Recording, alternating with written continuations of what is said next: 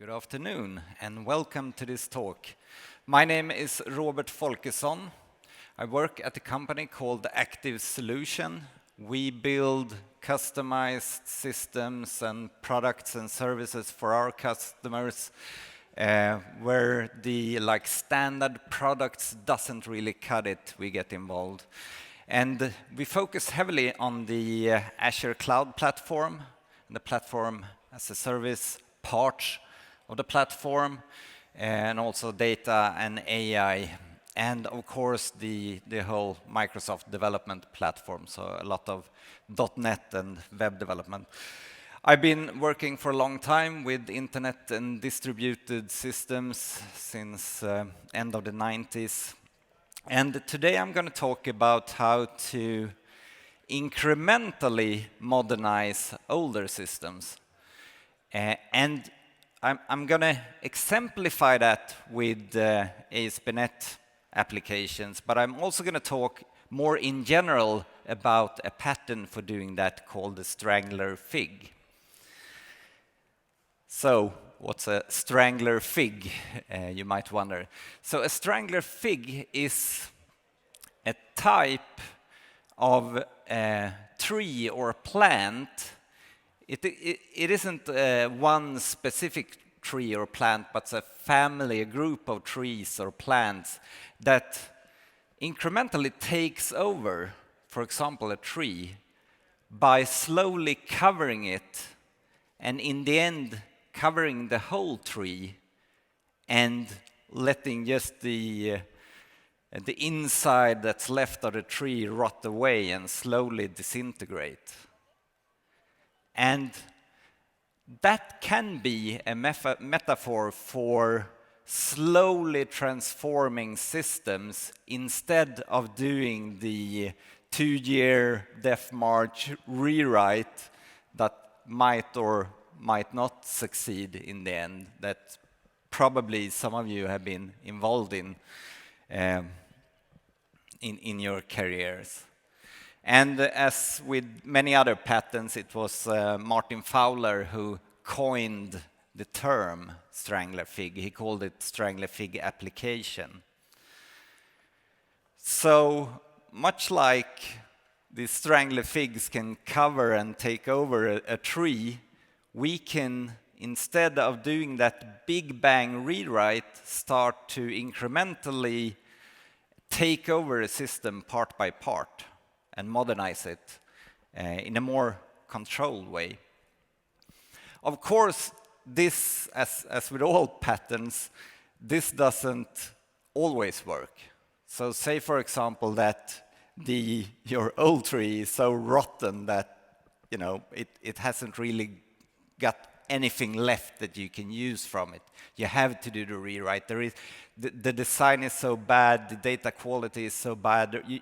Your only option would be to do a complete rewrite. That could be the case, of course. But I would urge you to, the next time you're confronted with doing this planning of a rewrite, to look this pattern up again and think a bit about it. So, as I mentioned, it is about slowly modernizing a system. And the way you can do that is by putting some kind of facade layer on top of the system and start routing requests so that you can route requests either to the legacy system, the old system, or to the new modern part of the system. And in the end, start to build out the modern part and shrink the legacy part, and in the end, get rid of them completely. This can, of course, take quite some time, and there can be some heavy challenges, of course, using this pattern and trying to make this work. So we worked with a customer where we used an older .NET framework, 4X MVC application, and we wanted to modernize it by using this method, this pattern. So we started creating new views with .NET Core and React. And when new features were requested by the organization and prioritized, then we took the effort to rewrite that complete part of the old system to the new architecture. So everything new was directly implemented with .NET Core and React. But when there was enough of a change in the older part, we just said, no, let's rewrite it completely and move it over to the modern part. And it took about a year to migrate all the parts, so it was quite a project still. And this was hugely successful, but of course, this project had some challenges as well. And these were the way we handled the dependencies, the routing was by using a tree navigation structure in both the old and the new system. So basically the tree structure in the menu tree handled the routing, which of course meant that whenever we were releasing parts of the old system, we have to make sure that the part of the modernized part that these routes were pointing to actually was deployed as well, and you had this really entangled, very hard to manage dependency between them. That was quite a challenge. And also session state and cookie handling. So this is today as well running on-prem on IIS. So we had to get the validation key for the machine key, the decryption keys to be able to decrypt the cookies in the same way in the new application as in the old. So there was some hurdles there to get that working in a good way. And yeah, as I mentioned, syncing the new and the old code in deployments, even when using feature toggles or deployment toggles, was quite a challenge. So this was a couple of years ago, this project was started. What if there would be some components to help you with these challenges? And it turns out, actually today, there are. So one of them is YARP, yet another reverse proxy. So this is a product or a component that Microsoft has developed primarily or as a start for themselves. So they needed their own reverse proxy, doing things like being the front-end proxy for Active Directory, for example, in the cloud. And they had all these teams developing their own versions of proxy functionality. And in the end, just said, no, we need to get one team working on this and doing a really high-performant, flexible proxy solution that we can use everywhere. And that team developed YARP. And this is heavily used in the Microsoft services today. So for example, one internal customer for Microsoft that uses is the app services, that they are running it on their front-end servers for app services. So it's something like 14 million virtual machines running it right now. And they're using it to be able to do HTTP-free, gRPC, and to be able to bring new functionality onto app services. There is actually quite an interesting blog post about that you can look up if you're interested in learning more about that. And they got a massively increased performance also as kind of a side effect from this. So this one is stable. It's in a released 1.1 version, and Microsoft is, as I mentioned, using it heavily internally. And the way you can use it with this pattern then is you can put it as the facade in front of your system, and then you put it into the new .NET Core application and let the facade run there. And it will look at the request, and it will figure out, is this route for this request registered in the .NET Core application? If it is, it will trigger that action, controller, whatever, to serve that request or static file or what it might be, and return to the client. But based on the routing you set up, and based on a fallback routing, you can say that everything that it doesn't hit in the ASPNET Core application, please route that to the legacy application, the old ASP.NET application, and then return it to the client.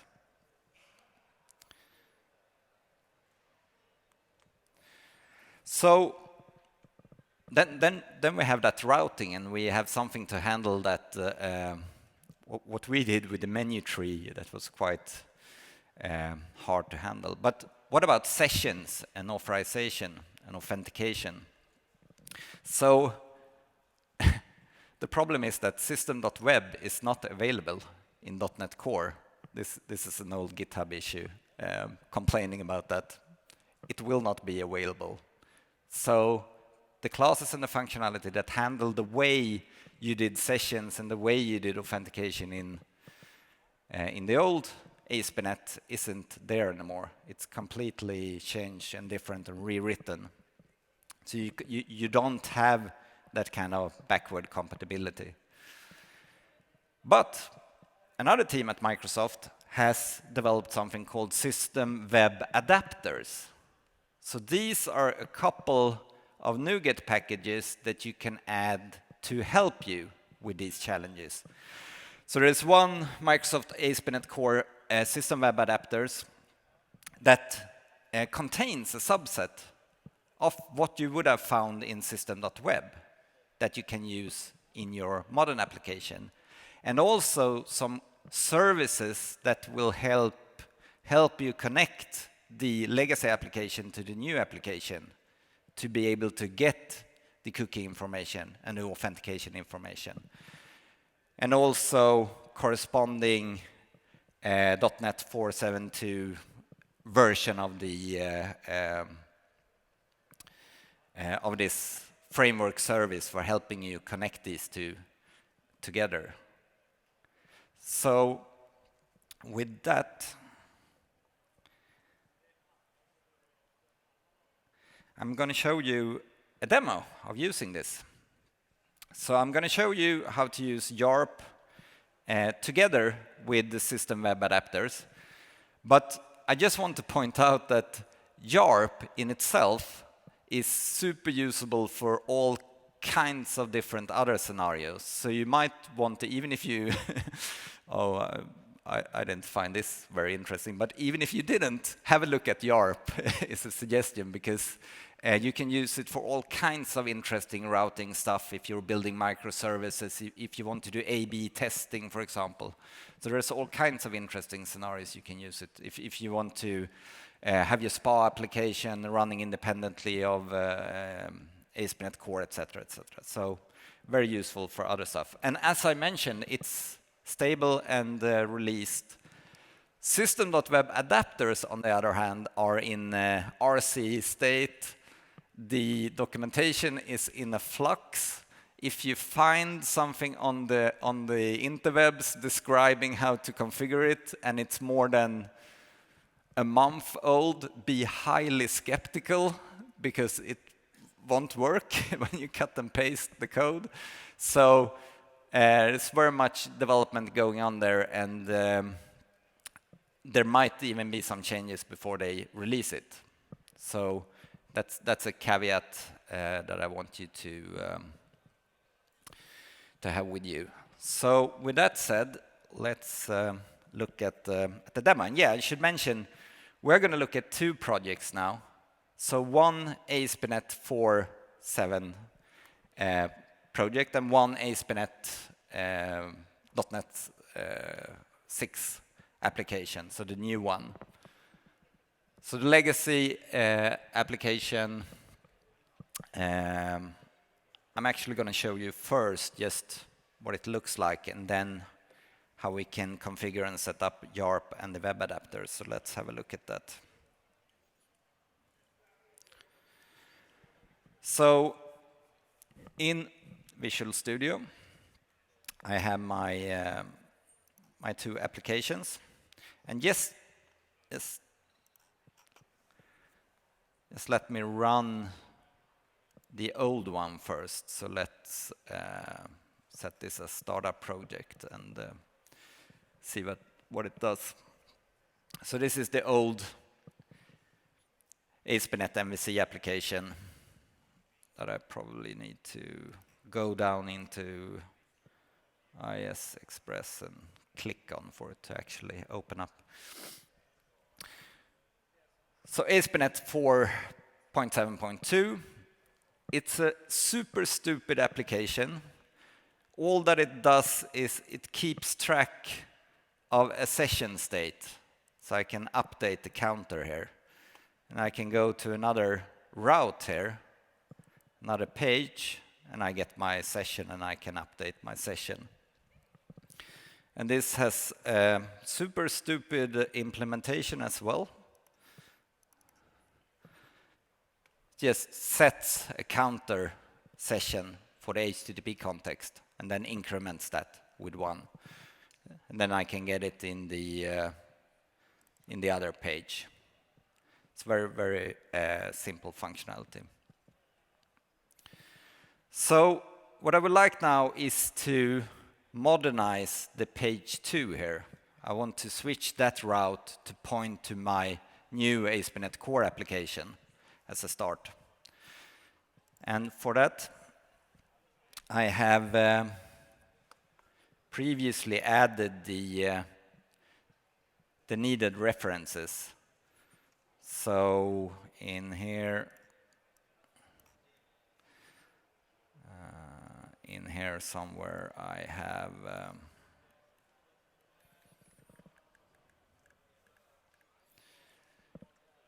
the Microsoft. See where we are.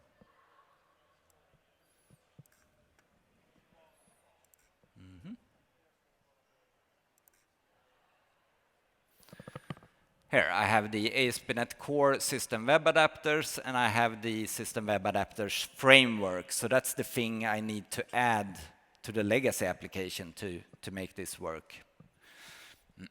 And then, if we look at my new shiny modern project,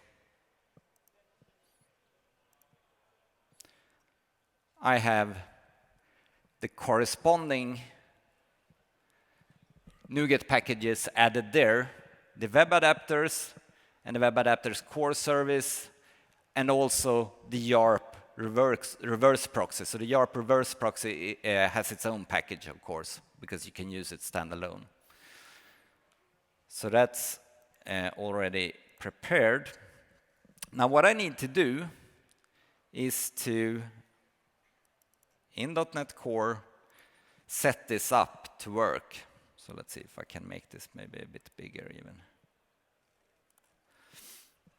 So I'm adding these system web adapters in the configuration of the app. So I'm adding the services for system web adapters. And also I'm adding the reverse proxy, the YARP proxy, and I'm loading from config the actual routing configuration for it. Now you can do this in code as well.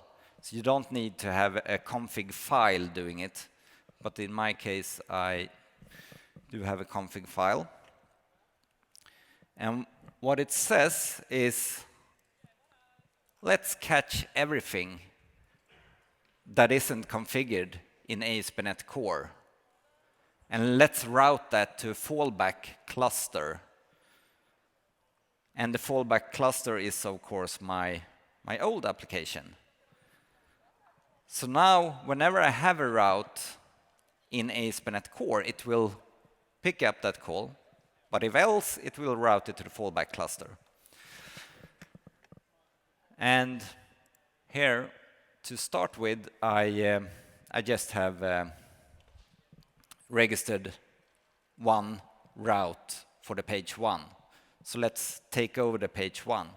This is actually everything I need to do that. So let's instead do these as multiple startup projects. And let's run this instead.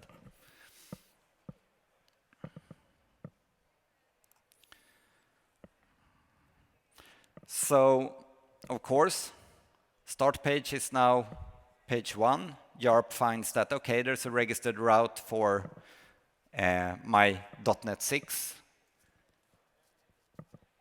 application. But this route, the page 2, is still running on .NET 4.7.2.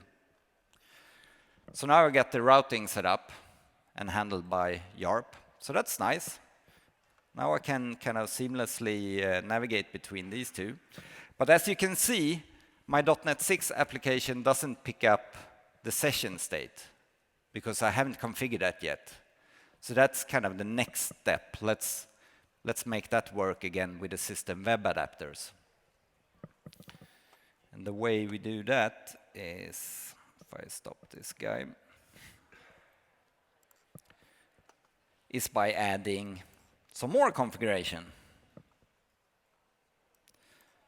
So instead of just saying, let's just add a system web adapters, let's actually do something with them. I'm going to explain what all this means in a sec. So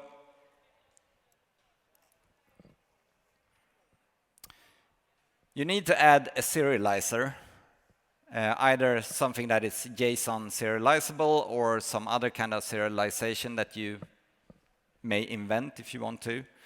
And you need to actually register the session keys that you want to map between the legacy application and .NET Core. So that you have to do.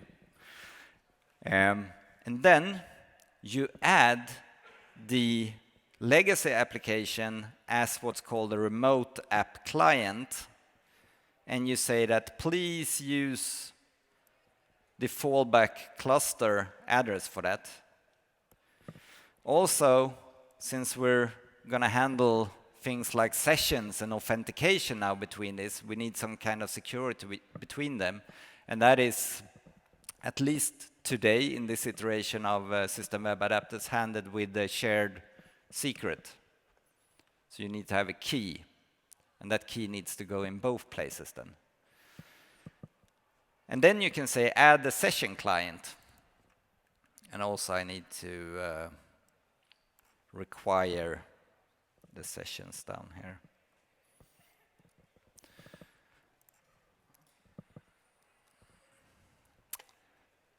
Okay, so when doing this, and also going back into the legacy ASPNET MVC application,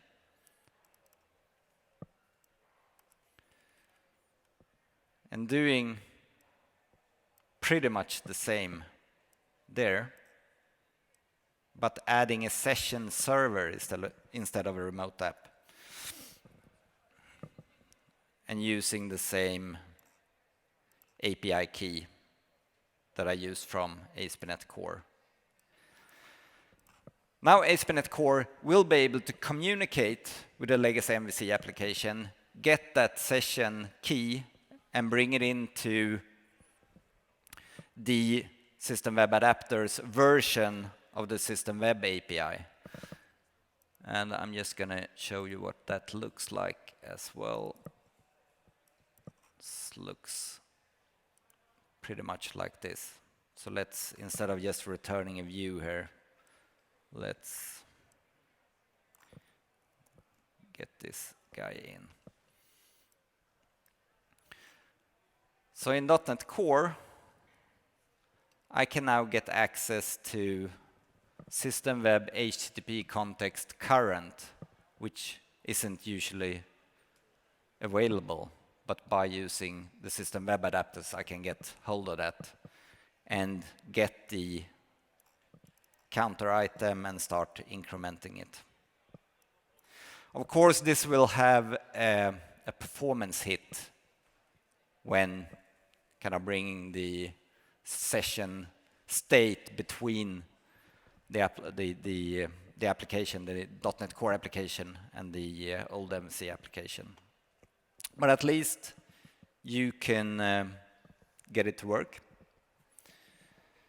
and start sharing session state. Not that you want to share session state, I just want to, that you're slowly rebuilding it so that you don't need to store session state in this way. But if you would need to do it for a while, you can do it.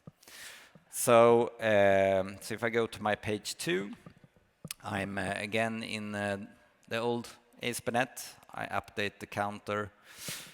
I should be able to get the same value here and be able to update it here and share the same state in the old legacy application. So that's at least a way to handle it if you need to. And let's see how we are on time. Okay, good. So let's look at another example and do maybe a bit more interesting routing. So say that you want to take certain assets from your legacy application, bring them into your modern system, and then do specific routing. So it could be, for example, static content. So in old ASP.NET MVC, you had stuff in a content catalog. Somewhere on this file system you had CSS, for example, and then you would do bundling as part of the ASP.NET application and send that to the client. In typically ASP.NET Core, you have the www root folder where you put all your client stuff. So if you would like to lift stuff there and start to use it from both the old system and the new system, you could, for example, just as I did here, I copied the CSS and some bootstrap files just for demoing. And just to see that it actually makes something, I put in a very beautiful dark red background to see that it works on the whole body, of course, as you do. So let's look at the configuration for that. So now I want to route the other way around. I want to route stuff that's originally being sent to the old system to the new, and I can do that with pattern matching and transforms. So for example, I could say that everything that is sent to the content folder, please rewrite that to the new path content demo and a reminder. And I could set the host to point to the new ASP.NET Core application instead.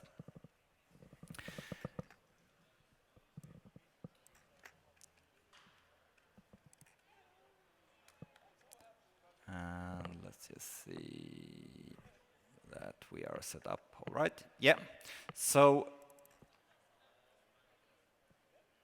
things pointing to content demo, ASP.NET Core will interpret it as this is going to www root folder. That's the kind of standard setup for ASP.NET Core.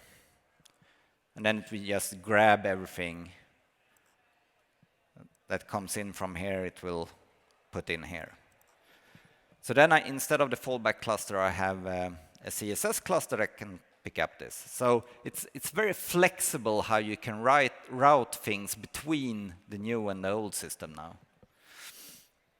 And if I run that, I should be able to paint both the old and the new application red.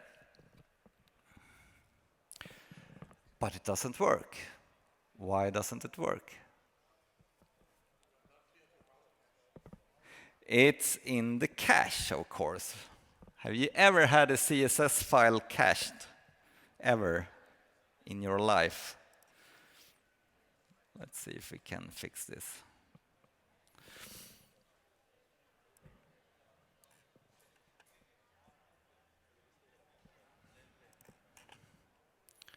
So probably clearing stuff.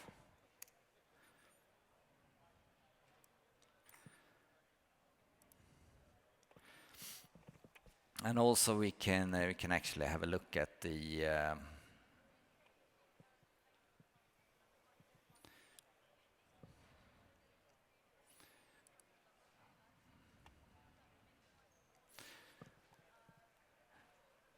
call being rewritten.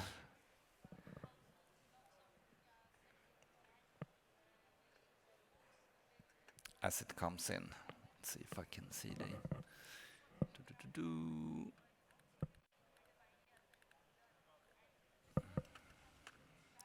that's not the one. It's this guy. So the request URL is still going to the old one, but it's going to be rewritten by Jarp to point to the new one, and then the request is the response for request is being returned.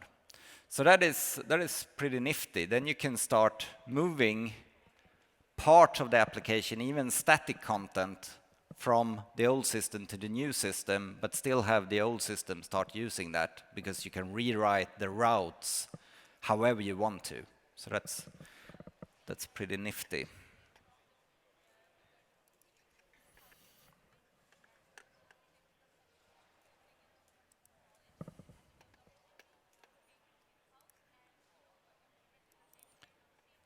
Let's stop that guy.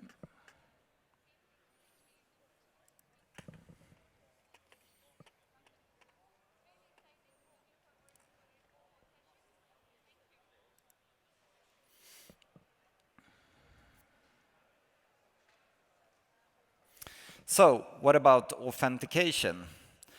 So authentication can be handled in pretty much the same way. So the system web adapters has a specific service for doing pretty much the same way as I did with sessions with authentication. It uses the same registrations. If you're already using the session handling and has set up your API key and got the communication going, you can just add authentication server, which will mean that your ASPNET Core application will be able to get a representation of the logged on principal in your old ASP.NET MVC application, get that as a serialized claims principal, which you can then use in the ASP.NET Core application to do authorization. So this of course can help. There might be several other ways of handling this, of course, trying to move the authentication out of the applications and instead have some kind of federated solution is of course another option. But if you need to do it, you can add the authentication server and use it this way. It does not work with Windows authentication today. So just works with if you gotta set up OpenID Connect, or if you get the Forms authentication, but not Windows authentication. They are working on that, and there might be support for Windows authentication as well in the future, but not right now. And basically,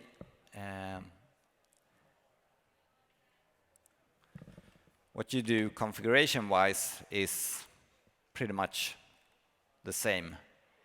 Since I already got everything configured, I can just add the authentication server on my legacy application and do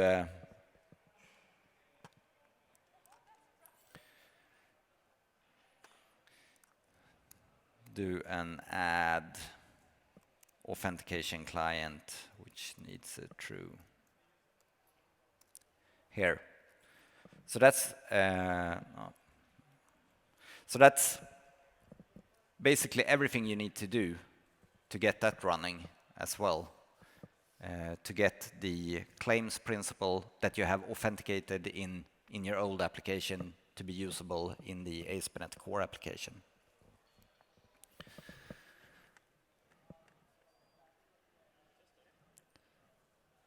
So with that, I'm actually pretty good in time. I'll open up for questions, if there are any. Yes? Did you have like other code? Would you have database to this? Other code, was that the big bang move, or did you share that between the legacy code? Yeah, that's a good question. So that was shared in the customer case. They both made calls to the same database, but using of course the database access code was rewritten in a Modernize version, but it was the same database. But depending on your scenario, if you're refactoring or doing switching database, or that doesn't really YARP and the system web adapters help you with. That's something you need to figure out how to manage separately from that. Yeah, and also when to switch, which DevOps, who's responsible for that as well. Yeah, of course, there are all kinds of... It was like a big move, or was it shared between the code bases? No, in the previous customer example, both the old and the new instance was running against the same database, so they shared the same backend. Yeah, that wasn't really change other than the actual data access code that was rewritten for the .NET Core version, if that answers the question. But you had to, like, someone had to be responsible for deploying the database. That had to be shifted at some time. But the deployment in that particular case, the deployment of the database was done with the database migrations as previously, so that didn't change in that case. But that's depending on your scenario. Yes. Since you are replacing an existing code base, I would expect there were a lot of endpoints. Yep. Were you using a particular technique to keep track of what was remaining that needed to be replaced? Yeah, that was actually, it was a lot of, at the time, manual work being done to keep track of that, which wasn't ideal, but yeah, that was a problem, a real problem. That was a challenge, but it was documented by the team working on it, and we didn't have a specific technique of doing that, but yeah, that is a challenge, absolutely.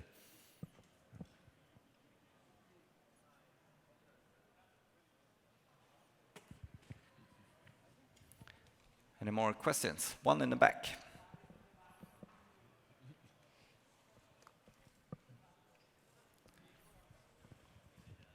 Thank you.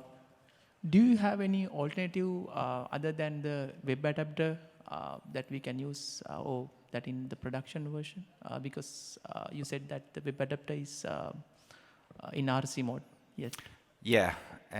So there isn't anything else doing what the system web adapters does that I'm aware of that is released as today, but they're very close to releasing it, I would say.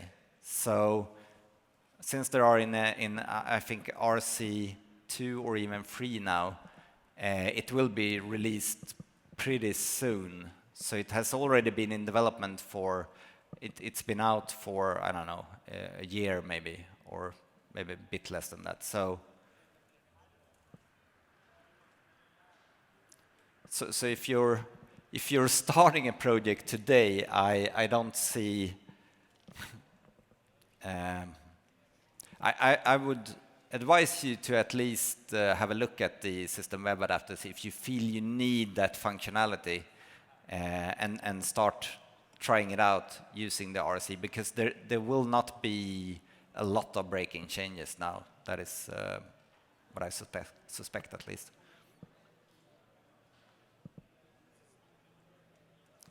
Okay, any other questions? Yeah. Hi. Can you explain how you would use YARP for A/B testing? So you can. There's actually. I must admit I haven't done it myself, but unlike the system web adapters where the documentation is in a flux and yeah, you really need to be a bit careful, the documentation for YARP is really good. So there is a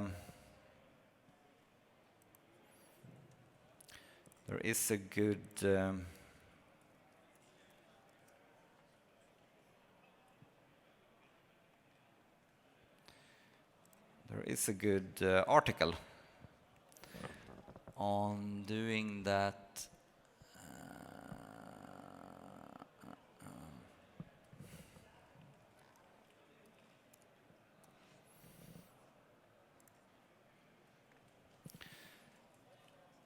So this is the article I suggest that you have a look at for how to do that. Thank you.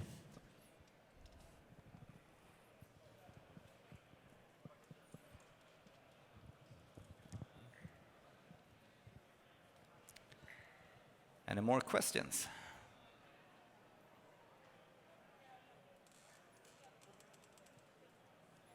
All right, then I'm out of time and out of questions. So thank you very much. The code that I showed you is up on my GitHub repo that isn't being shown right now, but there it is if you want to have a look at it. All right, thank you.